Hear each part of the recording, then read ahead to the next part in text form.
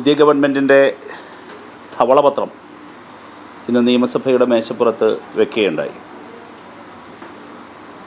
ധനകാര്യ വകുപ്പ് കൂടി കൈകാര്യം ചെയ്യുന്ന കേരളത്തിൻ്റെ മുഖ്യമന്ത്രി ഇന്ന് സഭയിൽ വെച്ച ധവളപത്രം പുതിയ തലമുറയെ സംബന്ധിച്ച് ഒരുപാട് ആശങ്കകൾ പകരുന്നതാണ്. നവലിബറൽ സാമ്പത്തിക നയങ്ങളുടെ ഒരു കൃത്യമായ റോഡ് മാപ്പാണ്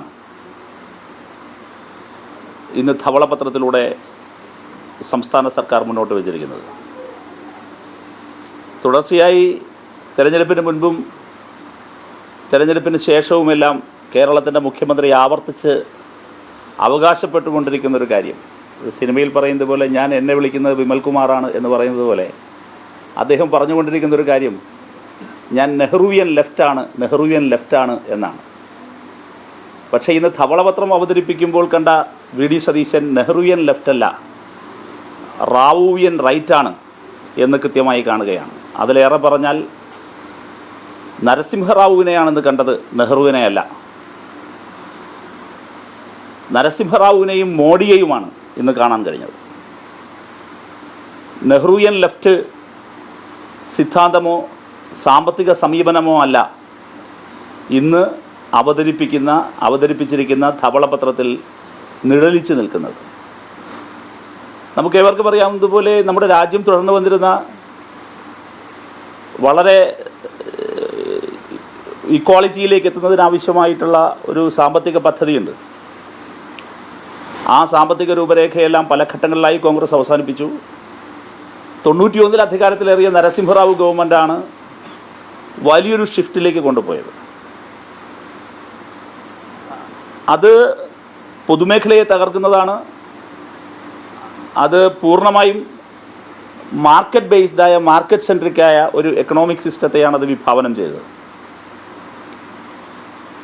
എന്നാൽ നരേന്ദ്രമോദിയുടെ കാലത്തിലേക്ക് എത്തുമ്പോൾ നരേന്ദ്രമോദി അത് കുറേ കൂടി അഗ്രസീവായി നടപ്പിലാക്കി. നരേന്ദ്രമോദി പറഞ്ഞത് minimum governance and maximum governance എന്നാണ്. ലെസ് ഗവേണൻസ് എന്ന് പറയുന്ന ഒരു പ്രിൻസിപ്പിളിലേക്ക് വന്നു. ഈ ധവളപത്രത്തിൻ്റെ ബേസിക് പ്രിൻസിപ്പിൾ എന്താ? ഇപ്പോൾ പറഞ്ഞിരിക്കുന്ന ഊന്നലെന്താ, മർമ്മം എന്താ? ആശങ്കയോടുകൂടി ധവളപത്രം വരച്ചു വയ്ക്കുന്ന ഒരു പ്രധാനപ്പെട്ട അടിവരയിട്ട് പറയുന്നൊരു കാര്യം, സംസ്ഥാനത്തെ വരുമാനത്തിൻ്റെ മഹാഭൂരിപക്ഷവും, കൃത്യമായി പറഞ്ഞാൽ 77% ശമ്പളത്തിനും പെൻഷനും വേണ്ടി മാത്രം ചെലവഴിക്കുന്നു എന്നുള്ളതാണ്. ഇതാണ് ഈ ആശങ്ക. നെഹ്റുവിൻ്റെ ആശങ്കയല്ല, ഈ ആശങ്ക നരേന്ദ്രമോദിയുടെ ആശങ്കയാണ്.